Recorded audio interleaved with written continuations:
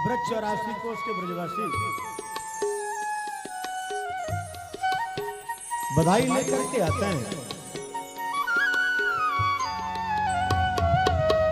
बाबा को बधाई देते हैं। लेकिन वहां ब्रजवासियों की एक विलक्षणता है, वो बधाई अपने पास तब तक रखते हैं जब तक उनको लाला का दर्शन नहीं मिले।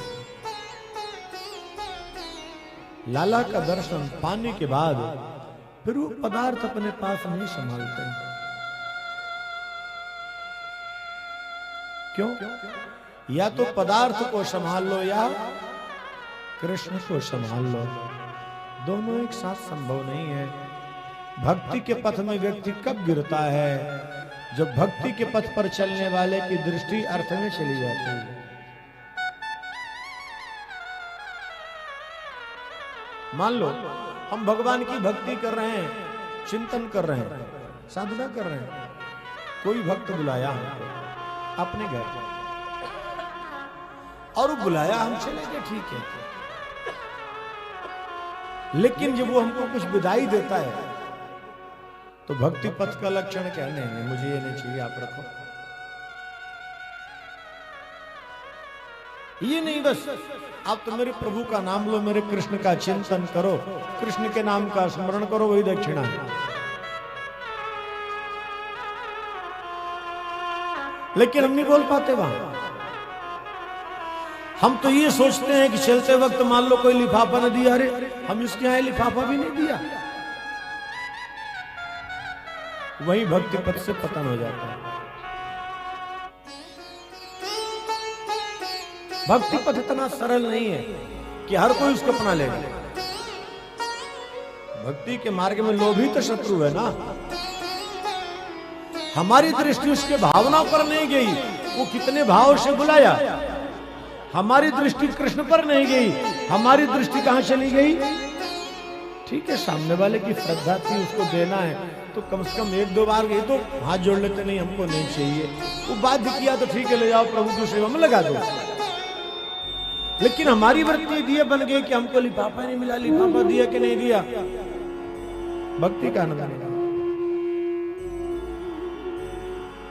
इसीलिए भक्ति रस में प्रवेश हर किसी का नहीं हुआ है भाई। जब तक हमारी दृष्टि लिफाफा में है, भक्ति क्या समझ में आएगी हमारे?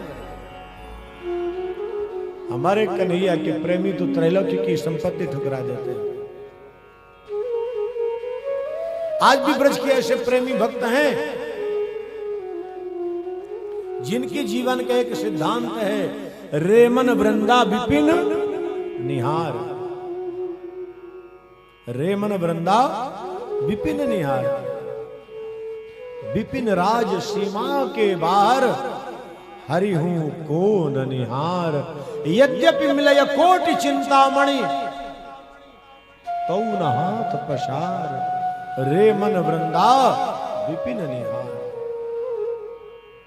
उसके लिए एक नहीं अनेकों प्रमाण है, लेकिन जो नाम आप जानते हो, पूज्यपाद श्री रमेश बाबा जी बरसाना, आप पूरी प्रॉपर्टी उनको दे दो तब भी वो ब्रज छोड़ के कहीं जाने वाले नहीं है। विश्व की प्रॉपर्टी लिखा दो उनके नाम, ब्रज के बाहर नहीं जाते, नहीं जाना मुझे। और 92 वर्ष से कम उनकी अवस्था नहीं है। अभी भी वो रोज नित्य प्रति जब सायंकाल कीर्तन होता है तो उनको दो लोग पकड़ के लाते हैं। चलने की ताकत नहीं है, पर दो लोग पकड़ रहेंगे तब भी पांव में घुंघरू बांध करके वो नृत्य करते हैं।